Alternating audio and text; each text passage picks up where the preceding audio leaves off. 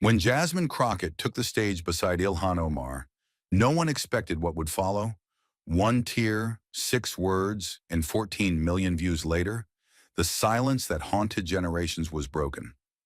On a talk show titled What They Never Told You About Power, Jasmine shared a story from one Texas night that no politician had dared to speak. Ilhan, scarred by years of betrayal, broke down, not from weakness, but because someone finally voiced what she'd buried for a decade. So what exactly did Jasmine say that made the world stop and brought Ilhan Omar to tears? Stay with us. This is a story worth every second of your time. The cameras hadn't started rolling yet, but the tension in Studio 9 was already humming beneath the soft jazz music playing overhead. The set of unfiltered voices was deliberately understated. Velvet armchairs in deep indigo, a table of hand-poured tea between them, and warm amber lights glowing like a sunset frozen in time. But the mood wasn't warm. Not tonight. This wasn't a night for comfort. It was a night for truth with no apology. On one side sat Ilhan Omar, spine straight, fingers locked, eyes alert beneath lashes trained by years of political warfare. On the other sat Jasmine Crockett, posture relaxed but aura electric, like a thunderstorm pretending to be calm. The producers knew this wasn't just any episode. It was the first time these two firebrands would share the same frame, and the subject? What They Never Told You About Power, a title that promised blood, if not tears. As the director counted down, 5, 4, 3, there was a beat, almost imperceptible, where everything stood still. Then the lights snapped hotter, the music faded, and the host, Vanessa Hill, leaned forward with a voice too smooth for the storm she was about to unleash. Let's talk about what power costs you when you look like them. Her hand gestured, not gently, to Ilhan and Jasmine. The studio audience, a rare mix of students, activists, and reporters, leaned in as if holding their breath. Ilhan's face didn't move, but her jaw tightened. Jasmine cocked her head slightly, as if preparing for war with a smile. No teleprompter could save them tonight. This wasn't about policy points or polling numbers. This was about what had been stolen and what they dared to take back. And as the first question sliced through the air, the real show began. Not of politics, but of survival. And just as the tension from Jasmine's story began to settle into silence, the host pivoted, her voice low, deliberate, almost reverent. Congresswoman Omar, may I ask, when the world turns your words against you, what does survival look like? The lights seemed to dim, not physically, but emotionally, as if the room itself braced for what was coming. Ilhan didn't answer right away. She inhaled slowly, eyes locked on the floor for a brief second, not in shame, but in memory. When she finally spoke, it was with the precise control of someone who has had to weaponize their own voice just to be heard. It was a Thursday, she began, a regular meeting, a town hall. I was speaking about the dangers of isolation, how extremism festers where people feel invisible, unheard. I referenced a question someone had asked me. I repeated it. Some terrorist groups claim to have legitimate grievances, and then I refuted it. Right there. Strongly, unequivocally. Her voice did not waver. But someone decided to slice that moment, cut out the context, rip out the rejection. All that remained was the infection. My voice, saying words I never believed. She blinked once, slowly, as if reliving the moment the clip went viral. And within hours, I wasn't a representative anymore. I was a threat, a target, a caricature. People I'd worked beside for years didn't call, didn't ask. They forwarded statements to press secretaries and vanished into silence. Her jaw tightened. Her hands were still, but her presence was thunder. They didn't just smear me, she continued. They unstitched my citizenship, thread by thread, as if the oath I took meant less because of my scarf, or my accent, or my skin. She turned her head slightly, locking eyes with no one, and yet everyone. The death threats weren't the worst part. The worst part was walking into chambers with people who knew me, who knew better, and watching them pretend neutrality was courage. Then came the line that held the room hostage. I wasn't abandoned by enemies. I was abandoned by silence. She didn't cry. She didn't need to. Her pain wasn't in her tears. It was in her restraint, in the way her voice stayed level, even as her truth flayed the air open. This wasn't just recollection. It was revelation. She wasn't recounting an event. She was indicting a system. And in that breathless studio, under the illusion of calm amber lights, Ilhan Omar did not ask for pity. She asked for reckoning. And as Ilhan's words dissolved into the charged stillness, not a single soul in the room dared to move. It was the kind of silence that didn't ask for respect. It commanded it. The camera, almost reluctantly, shifted its gaze to Jasmine Crockett. No words, no gestures, just a slow pan to a woman sitting not across from Ilhan, but beside her in spirit. Jasmine didn't speak, didn't lean forward for dramatic effect. She simply looked. And in that look was fire without flames, grief without tears, rage without noise. Her eyes were unflinching, locked on Ilhan not like a politician watching a peer, but like a soldier watching another survivor recount the ambush. Her lips didn't tremble, her face didn't soften, but something in her shifted, subtly, visibly, like steel flexing under heat. And then came the nod. Not a courteous tilt, not a diplomatic cue for applause. This was a silent oath, sealed in the space between breath and bone. A nod that said, "I've been betrayed too. I know what silence tastes like, and I didn't come here to perform. I came to stand." The moment that followed wasn't filled with commentary or filler. It was thick with something deeper, heavier. The atmosphere between them was not confrontational, nor sympathetic. It was compressed, tense, but sacred, like two tectonic plates meeting beneath the surface, unspoken histories grinding into alignment. Jasmine's posture remained unchanged, but her presence expanded, claiming space not with volume, but with truth unspoken. You could almost feel the vibration in the floorboards, as if the very studio recognized that what was happening was no longer television. This was something raw, older, a silent reckoning between two women who had learned, through wounds and whispers, that being heard was a privilege they had to carve out of stone. Jasmine didn't break the silence with words. She broke it with witness. And in that quiet rupture, Ilhan wasn't alone anymore. There were no lights bright enough to capture what passed between them, but every woman who'd ever been gaslit, sidelined, or erased felt it. And just when the studio seemed to hold its final breath, when the memory between two women had finished echoing through the silence, Vanessa leaned in once more, this time with eyes sharp and tone almost reverent. "Congresswoman Crockett," she said, her voice low like the turning of a key, "have you ever stood alone?" Jasmine didn't answer right away. She didn't blink. Her expression shifted, barely. But for those who knew the language of trauma, it was unmistakable. It was the kind of stillness that comes before thunder. She turned slightly toward the audience, but not for show.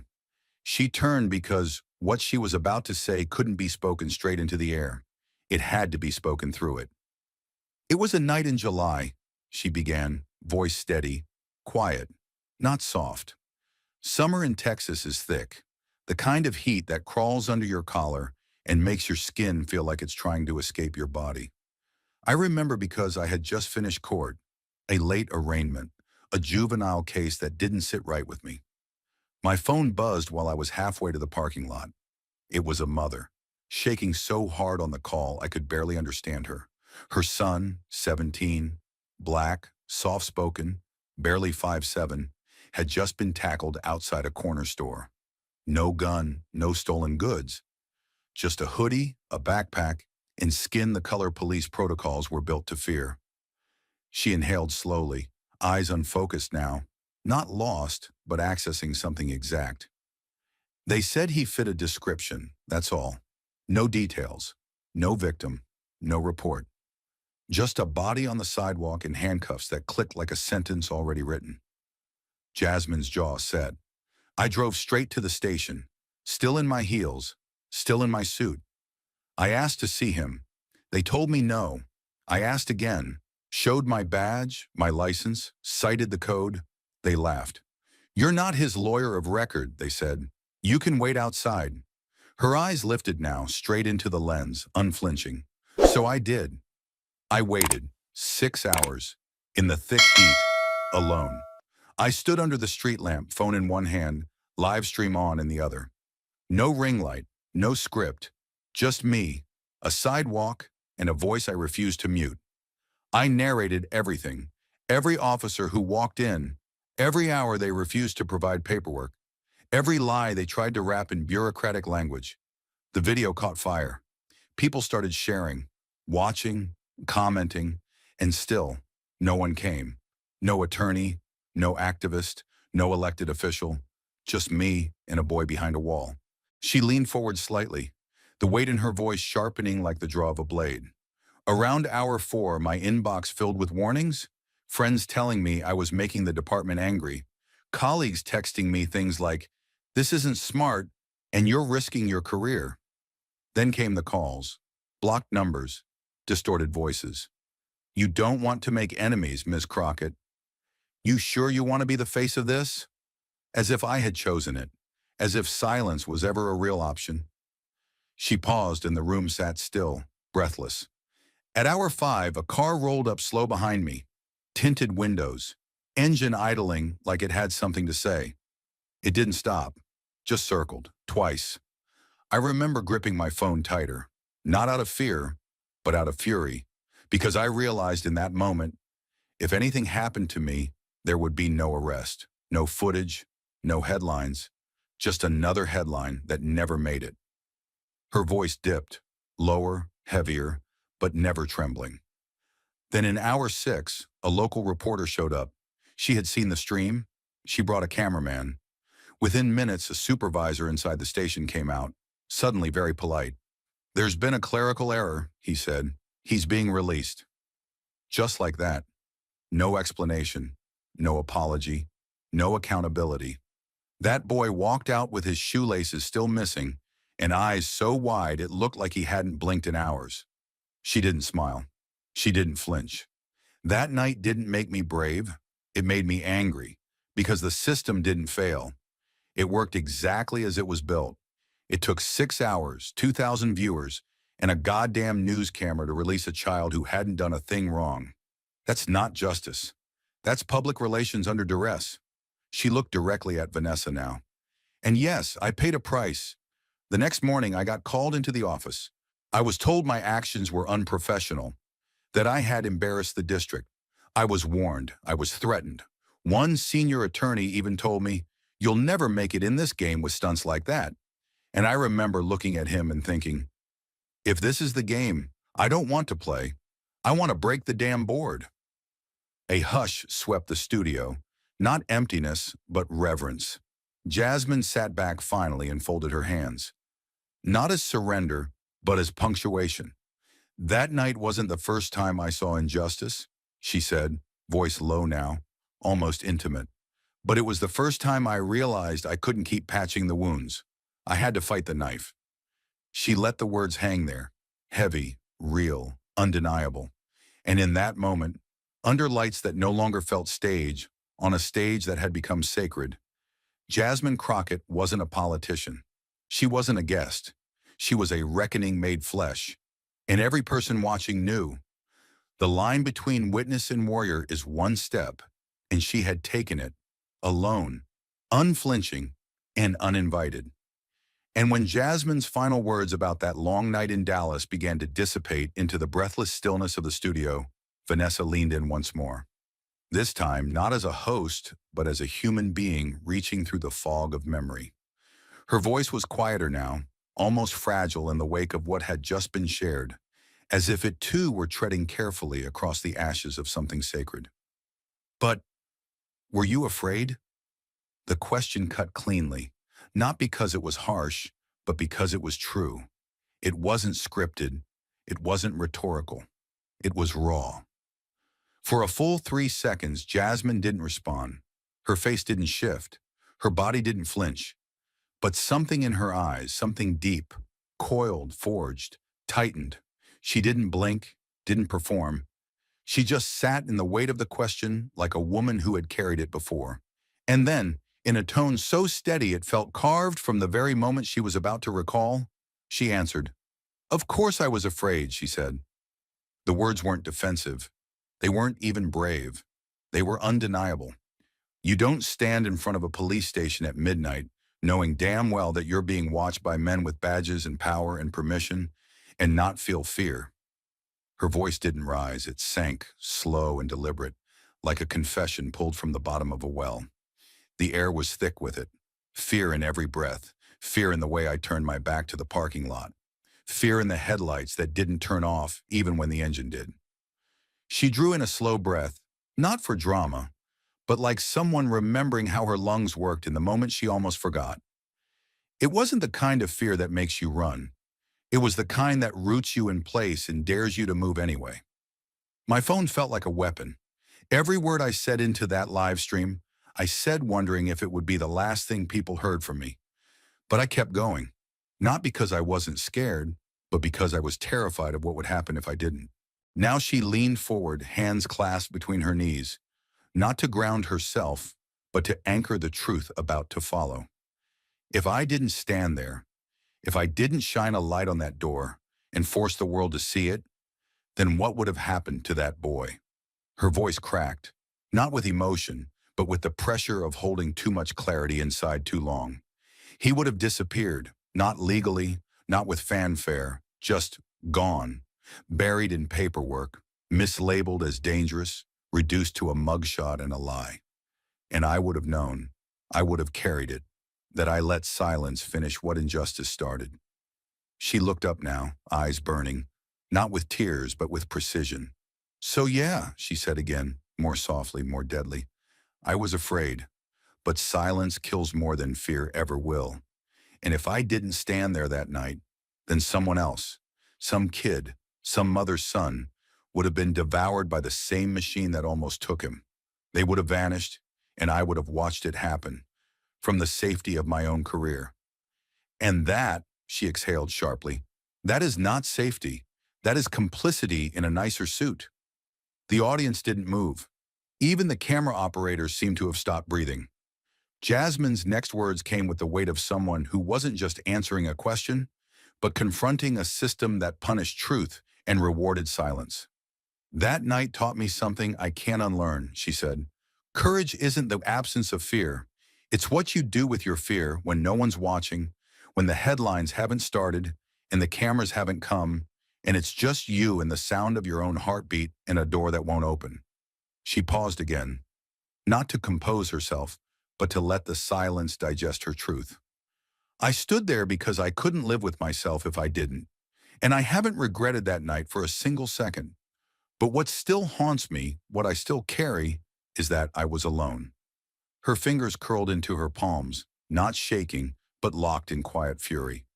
"And the fact that standing up against injustice requires risking everything you've earned says everything about the kind of country we're still living in." And then came the final blow. Not a shout, not a chant, but a single sentence delivered with such quiet precision it felt like a scalpel slicing open the very walls of the studio. "If I didn't stand there, who would be next to be swallowed whole by silence?" There was no response, no reaction, just stunned stillness. But in that stillness, something irreversible happened. And as Jasmine's final sentence echoed across the studio like a slow blade slicing through silence, "If I didn't stand there, who would be next to be swallowed whole by silence?" The room felt as if it had been carved open. Not a whisper stirred. Not even the soft hum of the studio lights could cut through the stillness now. The audience didn't breathe. The cameras kept rolling, but even the lenses seemed to pause, uncertain whether what was unfolding still belonged on a screen or had crossed into something more sacred. Ilhan Omar sat motionless. Her posture hadn't changed since the start of the show. Poised, disciplined, balanced like a sculpture sculpted from resolve. But now there was something unsteady, barely visible, but undeniable. Her hands remained folded in her lap, but her eyes were no longer locked on the host or the crowd. They were fixed on Jasmine, not just looking, but seeing. Something inside her cracked, not loudly, not violently, but like a splinter deep in the foundation of something long thought unshakable. She turned her face slightly, not enough to escape the camera, but enough to make clear that something inside had shifted. Her gaze dropped, not in shame, but in revelation. And then it happened. The kind of moment no script can write and no audience can prepare for. A tear, not many, not dramatic, just one. A single silvered thread slipping down the edge of her cheek. She didn't wipe it away right away. She let it fall. She let it exist. Not as surrender, but as testimony. When she finally spoke, her voice was a whisper, not because it was weak, but because it was real.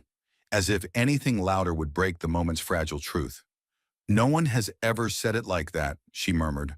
Her eyes didn't move from Jasmine's. "Not like you just did." And in those few words, the air shifted again. Not with applause, not with commentary, but with a kind of silent, collective exhale. The audience hadn't expected Ilhan Omar, the unshakable, unflinching, always strategic congresswoman, to break. And yet here she was, not broken, but opened, reclaimed. She paused, letting the silence stretch, not for effect, but for space. "I've carried so much, for so long," she said finally, the words dragging up from somewhere deep and guarded. Not just the attacks, not just the headlines, but the silence. The awful, cavernous silence that came after. The silence from people who knew the truth but said nothing. People who watched me get torn apart piece by piece and chose comfort over courage. Her voice didn't tremble, but it carried weight, thick as grief, sharp as memory. And in the middle of all that, I trained myself to survive by hardening, by burying things too fragile to protect. She finally reached up and wiped her cheek. Not quickly, not dismissively. The gesture was slow, deliberate, as if reclaiming even that act, the right to weep without apology. "Somewhere along the way," she continued, "I convinced myself that fear had no place in what I do, that to survive this work, I had to strip it away, hide it so deep even I forgot it was there. Because if I showed it, if I so much as let it flicker in my voice, they'd seize it, they'd twist it into proof. Proof that I didn't belong. Proof that I was too emotional, too volatile, too fragile for rooms built to contain power that was never designed for women like me. The truth of it, too long buried, now hung in the air, unmovable. I wrapped myself in armor made of rage," she confessed. "It was clean, it was sharp, it didn't beg, it didn't tremble. It let me survive debates where people questioned my loyalty to the country I risked everything to serve. It let me stand in hearings where my faith was mocked and my humanity dissected. But rage doesn't hold you when the cameras turn off. Rage doesn't help you sleep when the threats keep coming. Rage can't carry you when silence eats at your soul." Her voice dropped again, barely audible, but every syllable landed like a heartbeat amplified under a stethoscope. "You reminded me tonight," she said, eyes still locked with Jasmine's, "that fear is not failure. Fear is evidence that we still care, that we still feel, that we haven't let them hollow us out completely." She took another breath, sharp, ragged, necessary. "I forgot that. I forgot that fear is not something to erase. It's something to stand on.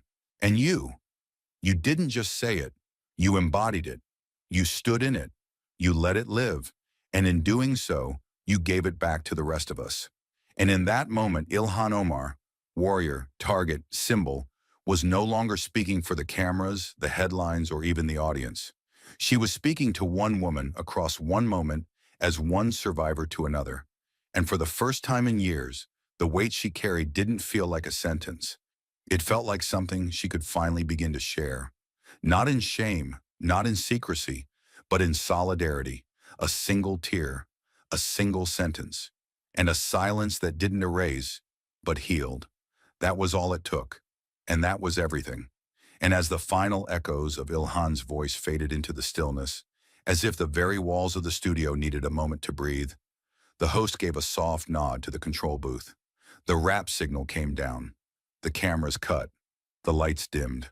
Applause, muted, stunned, reverent, swept through the audience, but even that felt distant, like noise from another world. One by one, spectators filed out in silence, their expressions carved with something heavier than admiration. No music played them out. No stagehand rushed in with pleasantries.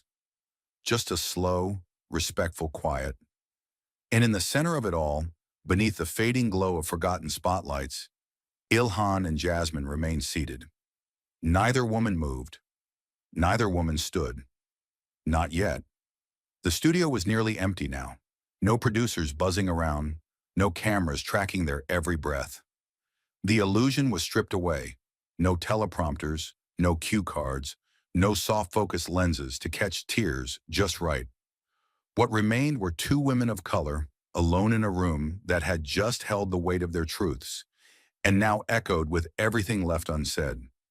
Ilhan sat with her hands loosely clasped, still staring at the table as if trying to steady the emotional tremors that followed everything she had just opened up. Jasmine, beside her, leaned back, not in relief, but in stillness. They didn't speak immediately. They didn't need to. What had passed between them didn't require translation. It wasn't politics anymore.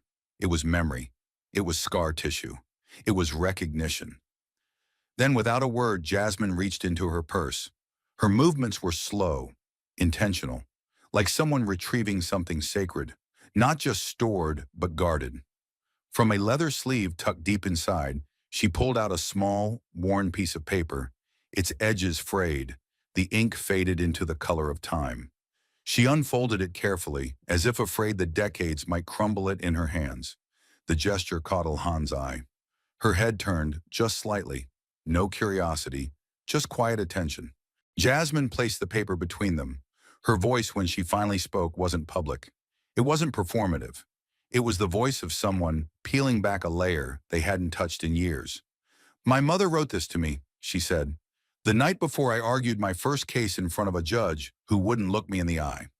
Her fingers hovered above the words, not pointing, but remembering. "She died 2 weeks later. I kept this ever since." Ilhan leaned in, not out of etiquette, but because something told her this wasn't just a note. It was a survival weapon passed down. And there it was, 7 words written in slanted cursive, worn but still defiant. "Speak when your voice shakes. That's when it matters most." Ilhan read it again, then again, and with each pass, something behind her ribs seemed to shift. Something long buried beneath armor and headlines and assassination threats. She didn't speak. She just nodded. Once. A nod that held 30 years of exile, resistance, press briefings, and quiet tears swallowed behind closed office doors. A nod that said, "That's the truth no one puts in books." Jasmine let the silence sit. She didn't explain it. She didn't interpret it. She just let it live. Between them, beside them, inside them. A relic of another woman's fire, now passed from trembling hand to trembling heart. And in that quiet, with no audience left to impress, the stage became a confessional. And the confessional became a bond. Not of party or platform or purpose, but of something harder to name. Shared resistance through uninvited womanhood. They didn't speak again for a while. They didn't need to, because in that moment, they weren't just public figures. They were daughters of women who were never allowed to scream, now daring to speak even when their voices shook. And that was the legacy they would carry, not in press releases or podiums, but in the kind of silence that finally had a voice. And for a long time after the paper was placed between them, neither woman said a word. The stage lights had long since cooled. The clatter of cleanup in the wings faded into a hollow hum. Even the studio's hollow echo seemed to soften itself out of respect for what remained. No more questions, no more declarations. The war of words was over. All that remained now was the quiet aftermath of 2 women sitting in the ruins of things unspoken. No longer shielded by the armor of performance, no longer hidden behind roles or reputations. Just them, and history, and breath. It was Jasmine who moved first, not abruptly, not even deliberately. Her hands simply reached out, slow and open, across the space that just hours ago had been filled with tension, lights, and the burden of 1,000 unspoken expectations. Her fingers curled gently around Ilhan's, not with urgency, not for show, but with the kind of weight that says, "I see you, and I am still here." No words accompanied the gesture, no fanfare, no applause, just the press of skin against skin, a grip forged not in agreement but in endurance. Ilhan didn't pull away. In fact, she leaned into it, just slightly, just enough to close the last inch between solidarity and something far more sacred. Recognition without condition. Her thumb moved ever so slightly along Jasmine's knuckle, a barely there motion, more instinct than choice, but one that said everything words would only dilute. And then, after an hour of composure, control, and measured confession, Ilhan Omar smiled. It wasn't wide, it wasn't bright, but it was real. The kind of smile that belongs only to people who have survived being misunderstood for so long. They'd almost forgotten what it felt like to be heard. Her shoulders lowered by a centimeter, the invisible armor around her spine loosening for the first time all night. Her gaze lifted, not toward the door, not toward the cameras, but straight into Jasmine's eyes. "You just reminded me," Ilhan whispered, voice hoarse, edged with something between awe and exhaustion, "why I came here in the first place." She didn't mean the studio, and Jasmine knew it. She meant the fight. She meant the purpose. She meant every vote, every headline, every death threat, every sleepless night wondering if the country she served would ever see her as anything more than an idea to be dissected. She meant why she had survived. Jasmine didn't answer with words. She just nodded, one slow, grounded motion that felt like the sealing of something timeless. She squeezed Ilhan's hand a little tighter, then released it with the precision of someone who knew the exact weight of vulnerability and when to let it breathe. The room around them was empty now. The stage hands were gone. The floor manager had slipped away hours ago. The only illumination came from the overhead work lights, cold, white, impersonal. But between the two chairs at the center of the stage, something still glowed. Not light, but a residue, a heat, a kind of post-battle warmth that doesn't show up in pictures or reviews, but lives in the muscle memory of people who have survived something true together. They stood, slowly. Neither of them rushed. The moment didn't demand speed, it demanded gravity. Ilhan rose first, smoothing her jacket out of habit, not presentation. Jasmine followed, straightening her back not because anyone was watching, but because standing tall was all she had ever known. There was no music to walk out to, no press line to greet, just the sound of two sets of heels crossing a stage that no longer belonged to television, but to testimony. They didn't speak as they walked. They didn't need to. They weren't walking as politicians now. They weren't walking as guests. They weren't walking as rivals, or allies, or icons. They were walking as co-survivors of a system designed to chew up their silence and spit out their dignity. And for once, they were walking off the battlefield with someone beside them. They reached the studio's rear exit, past the curtain, where the hallway lights hummed with the sterile flicker of after-hours fluorescent. A lone janitor nodded as they passed. Just a small, human nod, but one Jasmine returned with quiet clarity. Ilhan exhaled, the kind of breath that tastes like release, the kind you don't even realize you've been holding until someone else enters the room and gives you permission to let it go. Outside, the city of Washington, D.C. stretched out beneath the night sky like a sleeping titan, its monuments cold with marble memory, its windows glowing with bureaucratic insomnia. A black car waited at the curb, tinted and sleek, its engine murmuring like protocol, but neither woman moved toward it just yet. They stood for another second, two silhouettes cast in amber parking lot light, their shadows long and crossing on the concrete beneath them. And for that one final moment, they weren't public servants. They weren't symbols. They weren't vessels for progress or objects of scorn. They were daughters of fire, molded by injustice, baptized by silence, and remade in each other's reflection. They didn't leave that studio as friends. They left as something rarer, witnesses to each other's fight. Not because they believed the same things, but because they believed in being unafraid together.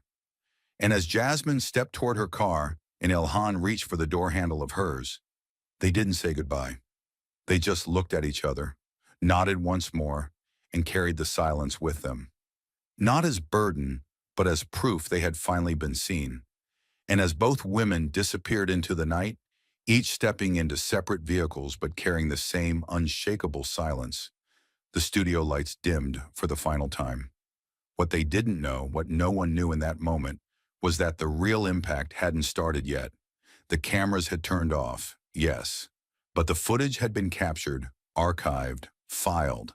And 27 minutes later, the control room intern, eyes still wet from a story he hadn't expected to feel, hit export, then upload. And without a single press release, without a single promotional post from the network's PR team, the revolution began. It started slow.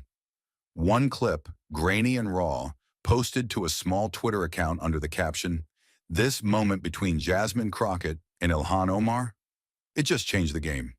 Watch until the end. Then came the cascade. By the 1 hour mark, it had reached 30,000 views. By the second, over 600,000. By dawn, 11.4 million. People weren't just watching. They were pausing, rewinding, screenshotting. The segment where Jasmine described the boy outside the convenience store, her voice steady and low, standing alone with only a live stream as armor, that clip cracked something open. It was shared by activists, teachers, former prosecutors, mothers. Then came the cut to Ilhan, silent, shattered, one tear falling like a blade through generations of silence. That was the moment that broke the dam. A major black media outlet gave the segment a name, Moments That Rewrote Silence. And the phrase took off like fire across dry kindling. By lunchtime, major journalists were dissecting the frame-by-frame shifts in Ilhan's facial expression. Body language experts on TikTok analyzed her pause, the subtle swallow in her throat before she said, "No one has ever said it like that." News anchors stumbled over how to describe it. Not quite a breakdown, not quite a breakthrough. But viewers didn't need the language. They understood what had happened because it had happened to them. What followed wasn't a wave. It was a rupture. Emails began flooding into the network. Thousands. Tens of thousands. Not complaints, not controversy. Letters, handwritten, typed, dictated from hospital beds, prison libraries, late-night break rooms. They came from young women who had never seen themselves protected, only pitied. From middle-aged organizers who had stood on the front lines with no cameras and no coverage. From daughters of immigrants, survivors of silence, women who had spent their lives screaming into rooms that never listened.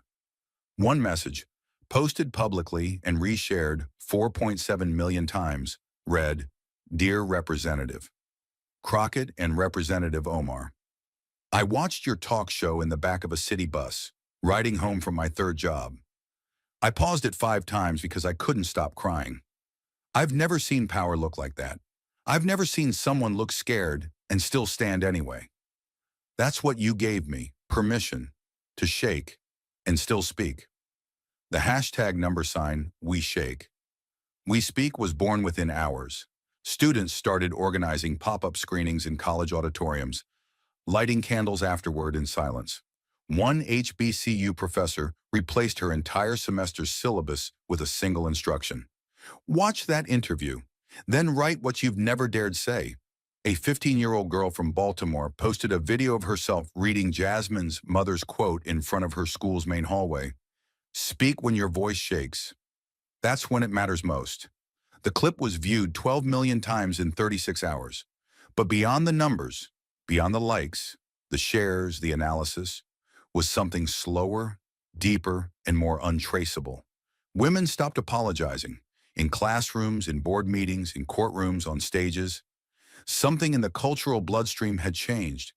Representation had shifted form. It was no longer a poster. It wasn't just a photo on a voting pamphlet. It was Jasmine standing in heels in the Texas heat. It was Ilhan not flinching when the tears came. It was not performance. It was embodiment. And the word representation started to mean something else. For decades, it had been thrown around like a prize, as if proximity to power was power itself, as if one person in a room was enough to call it inclusive. But now, after that video, after that night, young women began to rewrite the word. Representation wasn't being in the room. It was naming the fire you walk through to get there. It was sitting in the chair and telling the truth even when your voice trembled and your hands wouldn't stop sweating. It was holding your ground in the face of systemic silence and daring to call it by name. An open letter campaign was launched on day 4. Title, You Made Representation an Action. Over 78,000 women signed it in the first 72 hours. Some added stories, others added names. Most just wrote, "Thank you for not flinching when it mattered." Jasmine responded with a single post. "We don't need perfect leaders. We need brave ones. And brave is what happens when you speak, even if the room shakes with you." Ilhan followed with a line that lit the match again. "If I could cry on national TV and still stand, so can you." Prints of that quote began appearing across subway stations in New York, painted onto school walls in Oakland, etched into glass at a domestic violence shelter in Chicago. It wasn't politics anymore. It wasn't trending. It was gospel. Something had been handed down that night, not just from one generation to the next, but from one survivor to another. And in that passing, the silence finally broke. Not with noise, not with slogans, but with truth that refused to ask permission. In one of the most widely shared interviews after the event, a CNN host tried to ask Ilhan, "Were you surprised by the public reaction?" She paused, then gave the smallest of smiles, the kind that doesn't seek validation. "Surprised? Number, I think we always knew the silence was full. We just didn't know the world was finally ready to hear what it had been holding." And somewhere in Dallas, a mother's words, scribbled in ink and carried in a folded note for years, had detonated into something vast and unstoppable. Speak when your voice shakes. That's when it matters most. And now millions of voices were doing just that. And as the noise faded and the headlines began to simmer, the world moved forward, as it always does. Movements evolve, stories shift, and even the most seismic moments are eventually folded into memory. But not for everyone. Not for those who had been cracked open by the broadcast. Not for those who had lived in silence and now recognized their own reflection in the space it left behind. And not for Ilhan Omar. Because for her, it didn't end when the cameras stopped. It didn't end when the hashtags faded or when the press cycle moved on to the next catastrophe. For her, something had been reawakened. Something too deep to name, too personal to share. But it burned inside her all the same. Quiet, relentless, and sacred. So when a small university in the Northeast reached out, asking if she would deliver the keynote speech at their spring commencement, Ilhan didn't hesitate. She didn't send a surrogate. She didn't submit a statement. She wrote the speech herself. The day of the ceremony, the sky was split wide open with light, a canvas of blue so clear it looked unreal. The stage was built in the middle of the quad, a black platform surrounded by folding chairs in tension. Rows of graduates, cloaked in identical robes, shimmered in the sun like waves. But beneath the symmetry were stories. Immigrant daughters, first-generation fighters, women who had clawed their way to the edge of power with bruised hands and sleepless nights. Ilhan saw them, all of them. And as she took the podium, the crowd hushed, not from obligation, but reverence. She stood tall. No notes, no teleprompter. Just a single folded sheet in her pocket, untouched. "When I first stood behind a microphone," she began, "I didn't know if anyone would hear me, or if they'd just wait for me to fail." Her voice was clear, grounded. "And for a long time, I believed I had to sound invincible just to be allowed to speak at all. But I've learned something in these years inside the fire, and I'd like to share it with you now. Not as a politician, not as a guest, but as a woman still learning how to be whole." There was no stirring in the crowd. Even the wind held its breath. "I won't name names," she continued, her eyes scanning the horizon above the students' caps. "But a few months ago, I sat on a stage across from someone who reminded me of something I had forgotten. Something powerful, something terrifying, and something true." She reached into her pocket slowly, carefully, and pulled out the folded paper.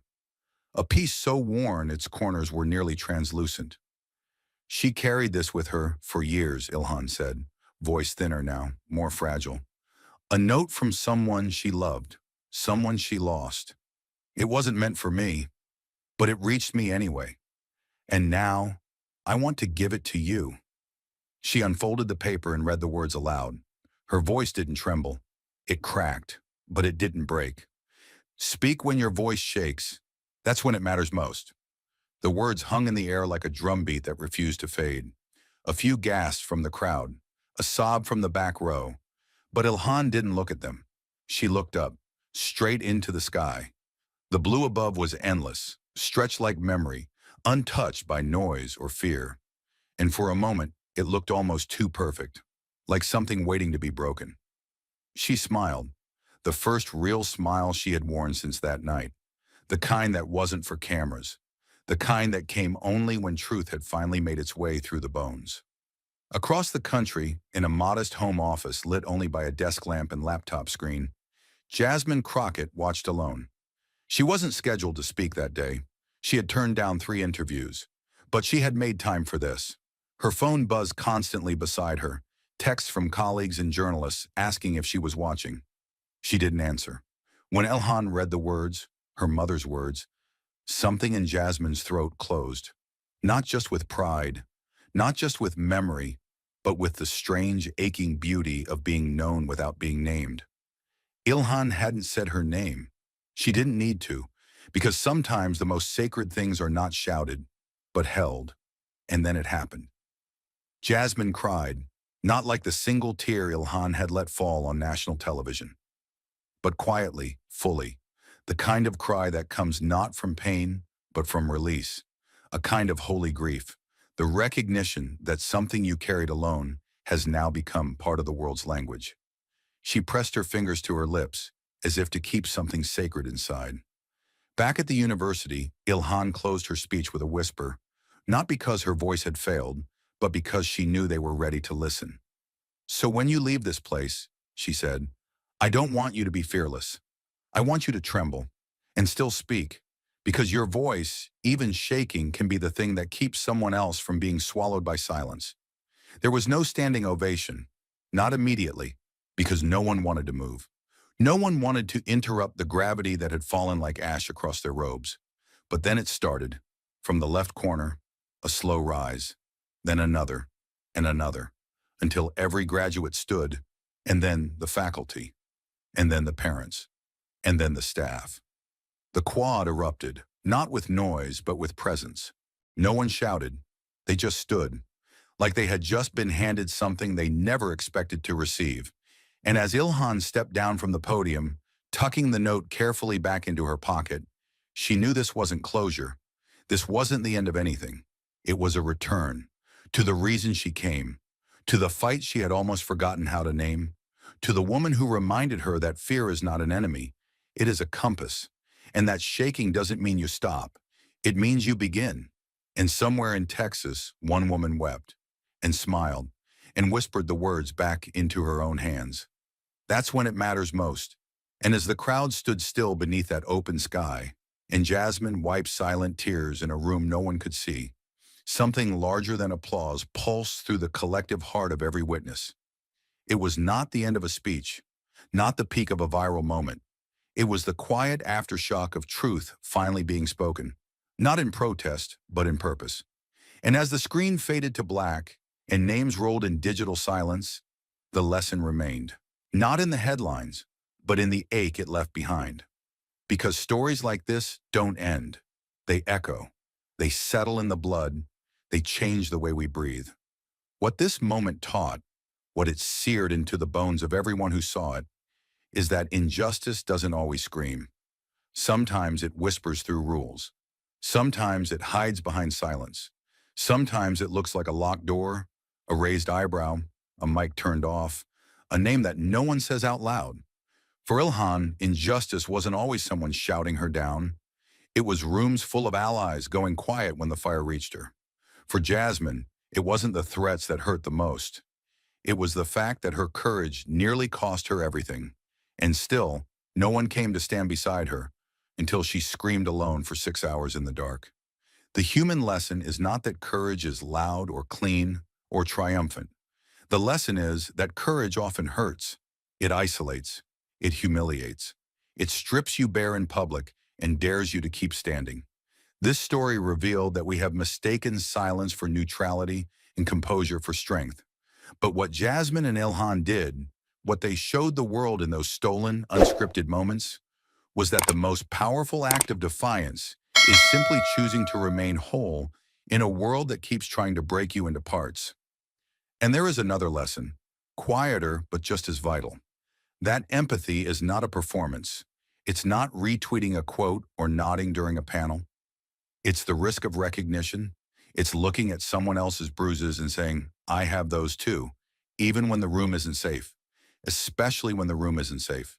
Because when Ilhan turned away and cried, and when Jasmine didn't flinch but simply reached out with her eyes and her silence, what they gave us wasn't a moment of weakness. It was a blueprint for survival, for dignity, for not letting pain calcify into bitterness, but instead letting it become fuel for something real. They taught us that real representation isn't about perfection. It's about proximity. Proximity to pain, proximity to risk. It's not about climbing high enough to avoid the storm. It's about standing in the rain long enough to call it out by name so someone else doesn't drown thinking they're alone. Jasmine didn't become a symbol because she stood at a podium. She became one because she stayed on the sidewalk, in the heat, under the weight of a system designed to outlast her. Ilhan didn't break the silence because she cried. She broke it because she let the world see her cry and still didn't run from the light. The human truth is this: fear is not a flaw. It is a signal that what you're doing matters, that the risk is real, that the cost is not performative. And so when Jasmine said, I was afraid, but if I didn't stand there, who would be next to be swallowed by silence? She wasn't just recounting a night in Dallas. She was naming a question that lives inside every person who's ever wondered if their pain was worth the noise it would make. And Ilhan, when she said, you reminded me why I came here in the first place, she wasn't just thanking Jasmine. She was admitting something raw, that even warriors forget, that even icons falter, that even those who carry the burden of change sometimes forget why they started and need someone else, someone with a voice still trembling, to remind them that purpose is not forged in clarity, but in chaos, that we do not need to be unshakable to speak. We just need to speak even when we shake, especially when we shake. And that is the final, most dangerous truth this story offers. That shaking is not the symptom of weakness, it is the proof of presence. It is the sound of someone daring to stay, even when everything in them wants to run. And when we speak while shaking, when we stand with our knees buckling and our voices cracking, we break something. Not ourselves, the silence, the illusion, the machinery that depends on our stillness to keep turning. So here is the lesson, stitched in blood and truth. You don't need to roar to be powerful. You need to be honest. You don't need to be fearless. You need to be willing. Willing to speak when it costs you. Willing to tremble in public. Willing to be the first voice that dares say, this is not okay. This is not over. This is not the best we can do. The world will not hand you safety, but you can hand someone else their courage. And that, more than any policy, more than any title, more than any victory lap, is how change begins. Not with perfection, but with one voice, shaking, still speaking, and someone else finally listening. And if that was the lesson, if the silence was shattered, the tear was seen, the truth was finally spoken, then here comes the question that can no longer be avoided. What will you do with what you've just witnessed? Because moments like this do not come wrapped in applause. They do not leave behind trophies or tidy headlines. They leave behind responsibility. They leave behind weight. And if you felt that weight pressed down on your chest as Jasmine stood alone in the Texas heat, if you felt your throat close as Ilhan's voice cracked and she spoke anyway, then understand this. You are no longer a spectator. You are implicated. You are chosen. You are called. Because silence is not neutral. Silence is not safety. Silence is complicity stitched in professional tone and polite avoidance. The world is burning behind closed doors, and far too many have mistaken inaction for wisdom. But not you. Not anymore. Because now you know that a single act of courage can rewrite the rules of what we accept and what we refuse to let happen again. So don't you dare return to your timeline and scroll past this moment like it was content. This was not content. This was a rupture in the machine, a crack in the illusion that power only belongs to those with platforms, cameras, and titles. Jasmine wasn't famous when she stood for 6 hours.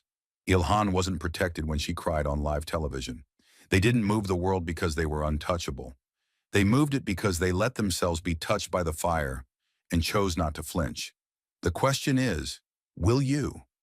Will you raise your hand in that meeting and say what no one else will? Will you write the post that may cost you likes but save someone's dignity? Will you pull someone aside when others look away? Will you refuse the promotion that asks for your silence as payment? Will you protect the next Jasmine before she's left alone on the curb? Will you catch the next Ilhan before the silence swallows her whole? Because if not you, then who? Do not let the elegance of these women fool you into thinking their path was paved in support.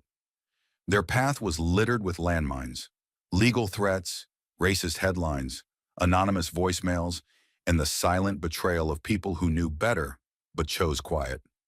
Every time Jasmine live-streamed, she didn't know if she'd make it home. Every time Ilhan raised her voice in Congress, she risked being stripped not just of her seat, but of her humanity. They did not act because it was safe. They acted because they could not live with themselves if they didn't. That's what courage is. Not the absence of fear, not the shine of confidence, but the refusal to let fear dictate your voice. The stubborn decision to show up shaking and still speak. And now that decision is yours. This is not just about protest. This is about presence. This is not just about resistance. This is about refusal to disappear. This is not just about admiring bravery. This is about becoming the next link in the chain. The system only survives when people keep saying, "It's not my place." It crumbles when people like you decide, "This is exactly where I belong." So make no mistake, the revolution won't come from the top down. It will come from the bottom up, from the break rooms, from the classrooms, from the family dinners where silence used to win, from the student council meetings, from the people who stop asking, when will they change things, and when start saying, we are they. You don't need permission. You don't need to be polished. You don't need to be fearless. You just need to be present, fully, unapologetically. And if your voice shakes, good, let it. Because that is when the world listens. That is when people feel less alone. That is when lies lose their footing. That is when power feels threatened. That is when truth takes root. So here's what you do. You write the story that hasn't been told. You speak the line that has lived too long in your throat. You sit beside someone the world wants to erase. And you do not leave when it gets uncomfortable. You interrupt. You intervene. You insist. You don't let a coworker get mocked because of their accent. You don't let a woman be silenced in a meeting because her tone makes people uneasy. You don't let another human being bleed out in the middle of a system that demands their silence as payment for survival. You fight, not because you are without fear. You fight because fear has no claim over your conscience anymore. And if you don't know where to start here. Call someone out with compassion. Step in, even when the issue isn't yours. Ask better questions. Protect the space for truth, even if it costs you approval. Send the message. File the complaint. Raise your voice, even if it breaks. And when someone turns to you and says, "Aren't you afraid?" Say what Jasmine said. Say it with your whole shaking chest. Of course I'm afraid. But if I don't stand here, who will be next to be swallowed by silence? Because now you know what that silence costs. You saw it in Ilhan's tear. You heard it in Jasmine's voice. You felt it in your chest. So don't deny it. Don't waste it. Don't wait. You've seen what happens when one woman dares to speak in the heat. You've seen what happens when another dares to weep under lights. Now show us what happens when you answer the call. Not later. Not when you're ready. Not when the stakes are lower. Now because someone is watching. Someone whose life may change not because of a law, but because of a look, a line, a choice you make today. So make it count. Be the interruption. Be the disruption. Be the one who speaks when their voice shakes. That's when it matters most. That's when it begins. That's when you become impossible to ignore. And if your heart is still beating a little faster, good. Hold on to that. That pulse, that pressure in your chest, that's not adrenaline. That's awareness. It's the body remembering what it means to be awake, not just politically, not just socially, but morally. It's the sound of your conscience standing up inside you. Don't quiet it. Don't smother it beneath the comfort of distraction or the numbness of normalcy. Because the world is counting on your apathy. The system is betting that this fire inside you will cool by morning. Don't let it. Let this be the moment you stop waiting for someone else to be first. Let this be the day you stop editing your truth to make others comfortable. The truth is already sharp. It doesn't need your hesitation. It needs your voice. Loud, cracked, trembling, defiant. If you're not shaking, you're not close enough to what matters. So lean in. Say the hard thing. Hold the line when the room turns quiet. Don't let people joke away what breaks your heart. Don't let them twist courage into conflict or honesty into disruption. Disrupt anyway, because silence doesn't protect you. It erases you. And when they call you difficult, call yourself necessary. When they call you angry, say thank you. When they say your standards are too high, tell them the floor is what's killing people. You are not too much. You are not too loud. You are right on time. And the world needs your imperfection more than it needs your performance. Because what Jasmine did, what Ilhan carried, what every woman who has ever dared to speak truth to power has taught us, is that change does not come gently. It breaks. It cracks. It shatters glass so someone else can see through it. So be the one who speaks. Be the one who stays. Be the one who doesn't leave the table just because the conversation turns sharp. Let your voice be the one someone else remembers when they're standing on their own street, under their own streetlight, with no one watching but the world that pretends not to see. And when that moment comes, and it will come, remember this. You don't need to be fearless. You need to be faithful to truth, to justice, to the trembling inside you. Because that tremble, that's the sound of history making room, and it's calling your name. Thank you for watching until this moment and for standing with us on this journey for justice. Your support means everything. Like, subscribe, and turn on notifications so you never miss what's next. And we'd love to hear your thoughts. Leave a comment below and let us know what moved you most in this story. Together, our voices make a difference.